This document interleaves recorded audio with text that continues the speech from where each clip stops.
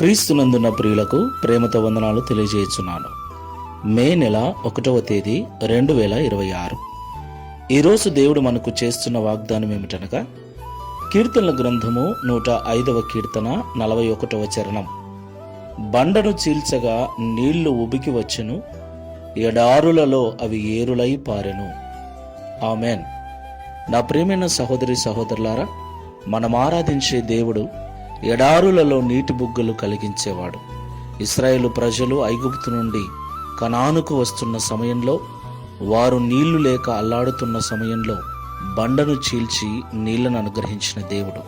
దేవునికి మహిమ కలుగును గాక. నా ప్రియులారా, ఆయన చిత్తానుసారముగా పిలువబడిన వారి పక్షముగా దేవుడు ఎన్నటికీ నిలిచి ఉంటాడు. వారి ప్రతి అవసరత తీర్చడానికి ఆయన ఎప్పుడూ సన్నద్ధుడై ఉంటాడు. అయితే మనము ఆ దేవుని సన్నిధిలో మోకరించి నిత్యము ఆయనతో సత్సంబంధము కలిగి జీవించాలి. అయితే చాలామంది దేవునితో సమాధానము లేని స్థితిలో ఉన్నారు.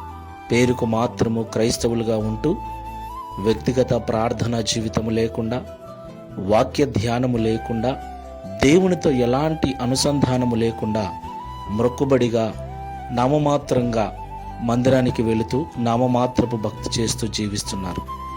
నా ప్రియమైన సహోదరి సహోదరులారా, ఎంత కష్టపడినను దేవుని యొక్క ఆశీర్వాదమే మనకు ఐశ్వర్యం ఇస్తుంది. కాబట్టి మనల్ని నడిపించువాడు దేవుడు, మన అక్కర్లు తీర్చువాడు దేవుడు. ఆ దేవునితో మనము సమయం గడుపుట ఎంతో మంచిది. ఆ దేవునితో మనము సత్సంబంధము కలిగి ఉండట చాలా మంచిది. కాబట్టి ఈ మాటలు వింటున్న ప్రియ సహోదరి సహోదరులారా, దేవుని చేత పిలువబడిన మనము మన ప్రతి అక్కర్లోనూ దేవుని వైపు చూసే అనుభవాన్ని కలిగి ఉండాలి. దేవుడు తప్పకుండా మన అవసరమును తీర్చి మన ద్వారా ఆయన మహిమను పొందటానికి సిద్ధంగా ఉన్న దేవుడై ఉన్నాడు. ప్రార్థన చేసుకుందాం.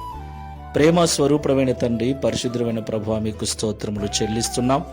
ప్రియ తండ్రి, ఇశ్రాయేలు ప్రజలను మీరు నడిపిస్తూ ఉండగా వారికి ఆహారము లేనప్పుడు ఆహారమును, నీళ్లు లేనప్పుడు నీరును వారికి అనుగ్రహించిన దేవుడవై ఉన్నందుకు స్తోత్రములు చెల్లిస్తున్నాం.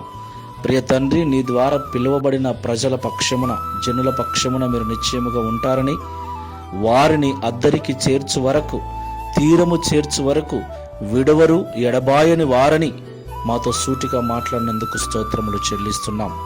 ప్రియ తండ్రి, ఈ ప్రార్థనలో ఏకీభవిస్తున్న వారిలో నీ ద్వారా పిలువబడినటువంటి స్థితిలో ఉంటూ ఇబ్బందులు పడుతున్న ప్రియ సహోదరి సహోదరులను జ్ఞాపకం చేసుకొని వారి ప్రతి అవసరమును తీర్చి వారి ద్వారా మీ నామమును మహిమపరచుకొనమని, తద్వారా ఈ దిన వాగ్దానమును మా అందరి జీవితం నెరవేర్చి మీ నామమును మహిమపరచుకొనమని, గడిచిన మాసమంతయు కాపాడిన మీ కృపను ఈ మాసములో కూడా మాకు తోడుగా ఉంచి నడిపించుమని యేసు నామములో ప్రార్థిస్తున్నాము తండ్రి.